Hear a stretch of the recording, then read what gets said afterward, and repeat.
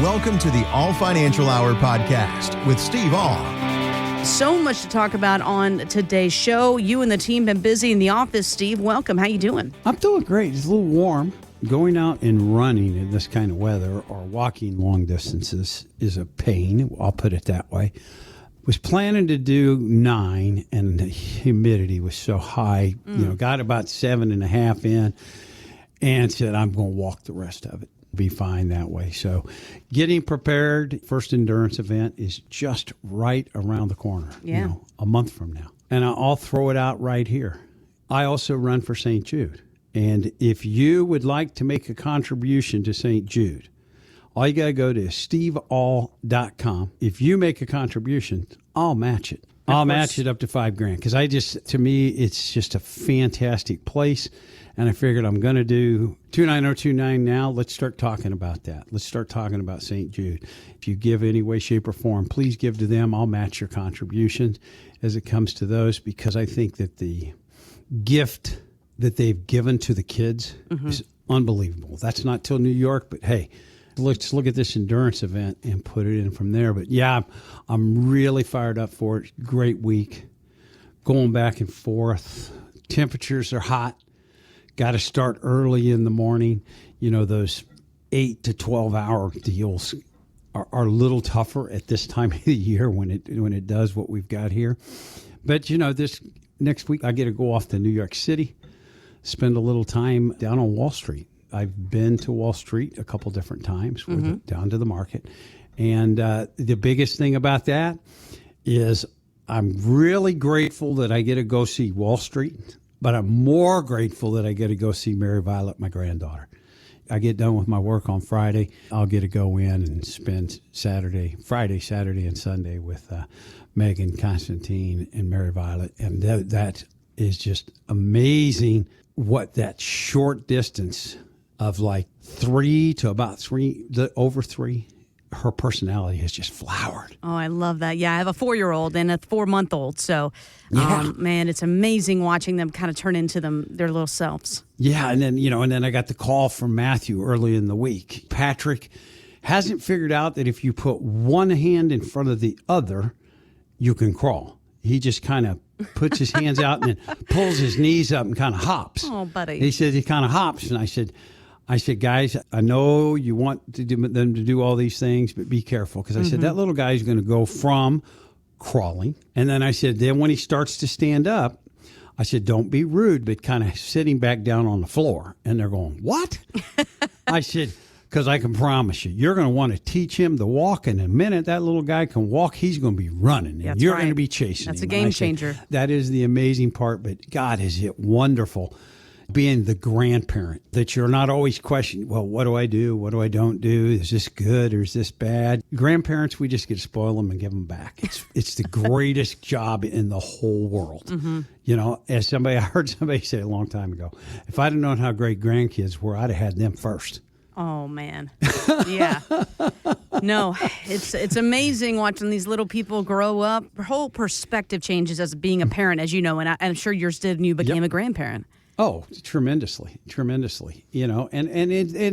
most parents are exactly the same. I'm going to do something wrong. I still remember one guy when my kids were real little. He goes, pick the way your kids are going to dislike you. And I went, what? He goes, pick the way they're going to dislike you. Wow. He said, we've been around long enough. I've got kids that were angry because their parents took them to church all the time. I got kids that are angry because their parents never took them to church. I got people that mom worked. They're mad at that. Mom stayed home. They're mad at that. He said, so just pick the way because you're always going to do it wrong. And he said, you won't get smart until you're 25. Then your kids are going to think you got really smart. I know my dad got real smart between about age 21 to 25. Because then that's when I started going and asking him for advice. And God, isn't that amazing? It was about the same time my kids were born where we're looking for that. But no, enjoy those guys while they're little. If you have them out there, if you have grandkids, please enjoy the heck out of them. Spoil them. That's what we're here for. That's Absolutely. But no, everything's going fine. I'm really looking forward to it. Do you remember being a kid and you would watch the Wile E. Coyote cartoon? I remember doing this on Saturdays. Yeah, Roadrunner. Yeah, of course. Sure. Yeah. You tuned in every single week. You knew what was going to happen to the poor guy. He could never catch a break. I mean, he was just going off cliffs, hanging in midair. Then all of a sudden he plunges to the ground.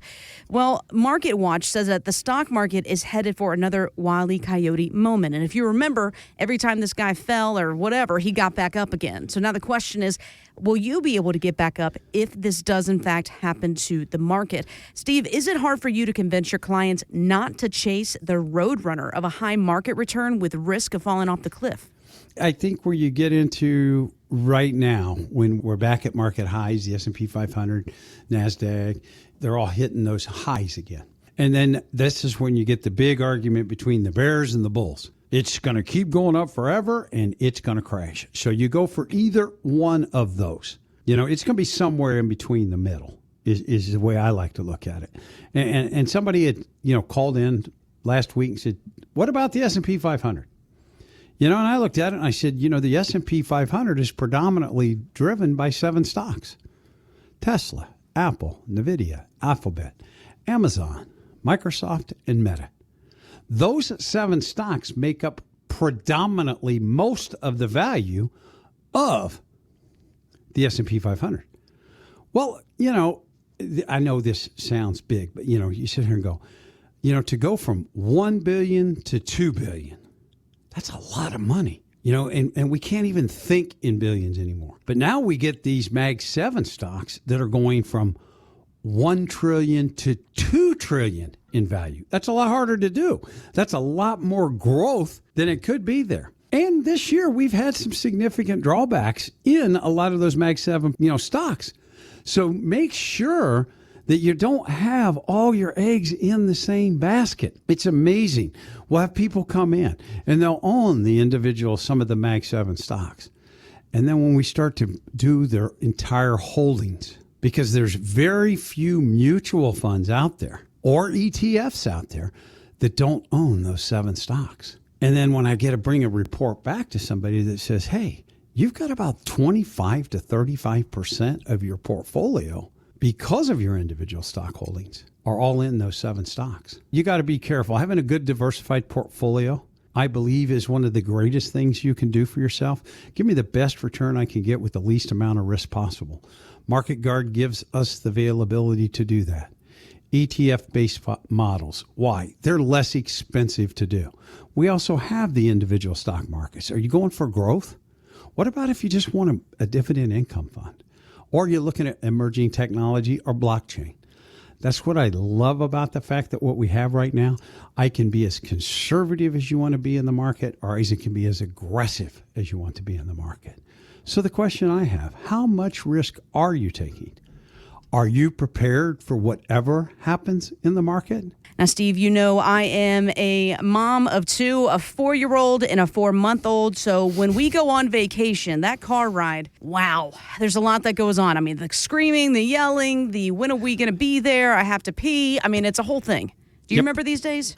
I do. I remember when I was a child with 4 of us in the car. Oof. And I think the advantages that I had when my 2 were that size is we had one of those great big full-size vans with the drop-down TV screens.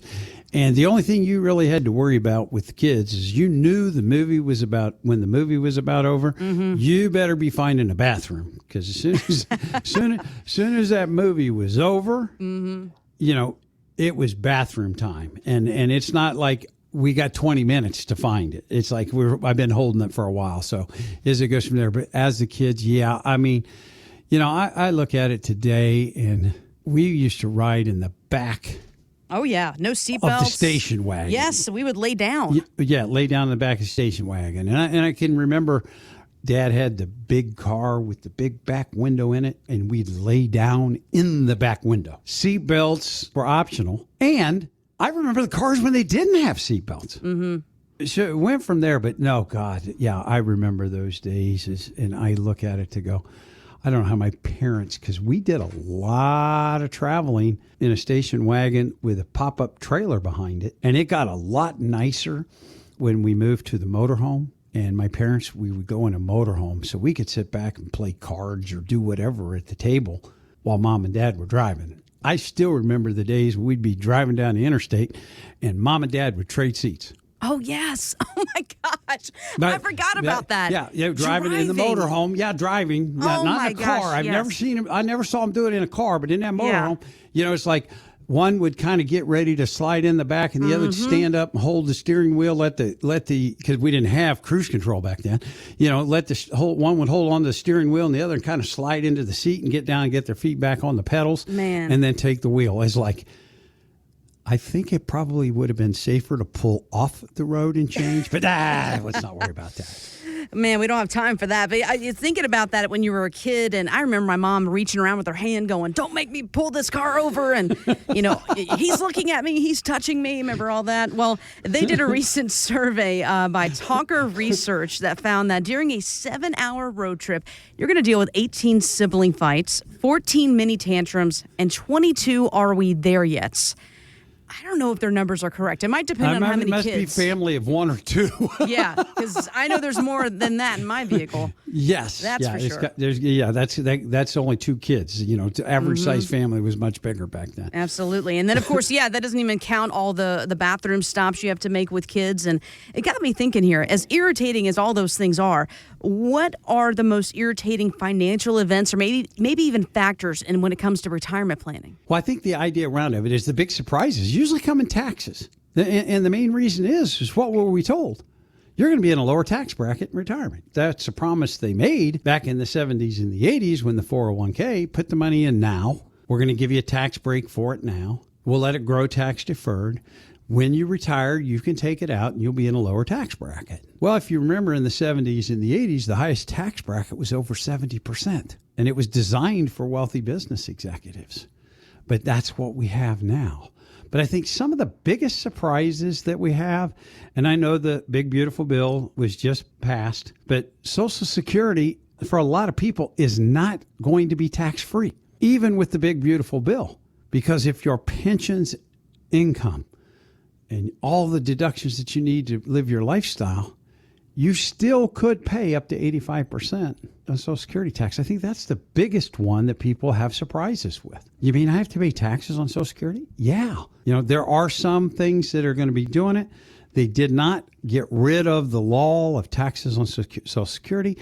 There's a provision that, depending on your income and your age, that you get an extra deduction to help offset the taxes that are going to be on your retirement. I think that's the big one. And then when we start to get to required minimum distributions, it depends on your age, somewhere between 70 and a half and 74, but most of us out there, it's going to be 73, that you have to take money out of those traditional IRA accounts, 401ks, and 403bs. And that's, I think, when a lot of people hit that surprise is, wow, my pension and my Social Security kind of met my lifestyle. Now I have to take this money out of here. Remember, it's not a required minimum spend.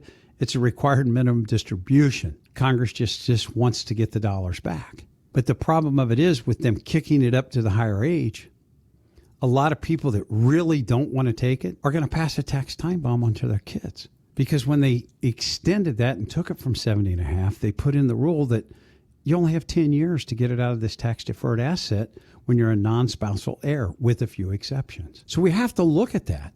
Am I passing a tax time bomb onto my children? And I think when you start to look at that, if you've got more than $750,000 in your IRAs and 401ks, there's a pretty good chance that you're going to pass a tax time bomb onto their kids. I'd say between 750 to 1.5 would be a double X, because the average 401k is just barely over 180,000. And if you've got a triple X, 1.5 or above, think about it. Your kids are going to have to take it out on over 10 years. That could create a tax time bomb when you're no longer here.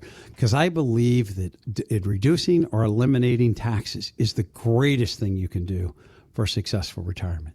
And so if you have more than $500,000, give us a call. Let us do a tax analysis to see if Roth conversions might make sense for you.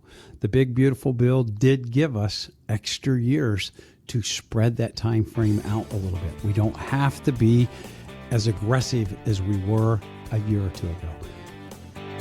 Thanks for listening to the All Financial Hour podcast. Insurance products are offered through the insurance business All Insurance Group, LLC, AIG. All Financial Group, LLC is an investment advisory practice that offers products and services through Impact Partnership Wealth, LLC, IPW, a registered investment advisor. IPW does not offer insurance products. The insurance products offered by All Insurance Group, LLC, AIG are not subject to investment advisor requirements. IPW and All Insurance Group, LLC, AIG are not affiliated companies. Investing involves risk, including the potential loss of principal. Any references to protection, safety, or lifetime income generally refer to fixed insurance products, never securities or investments. Insurance guarantees are backed by the financial strength and claims-paying abilities of the issuing carrier. This radio show is intended for informational purposes only. It is not intended to be used as the sole basis for financial decisions, nor should it be construed as advice designed to meet the particular needs of an individual's situation. All Financial Group, LLC is not permitted to offer, and no statement made during this show shall constitute tax or legal advice. Our firm is not affiliated with or endorsed by the U.S. government or any governmental agency. The information and opinions contained herein provided by third parties have been obtained from sources believed to be reliable, but accuracy and completeness cannot be guaranteed by All Financial Group, LLC. This radio show is intended for information purposes only.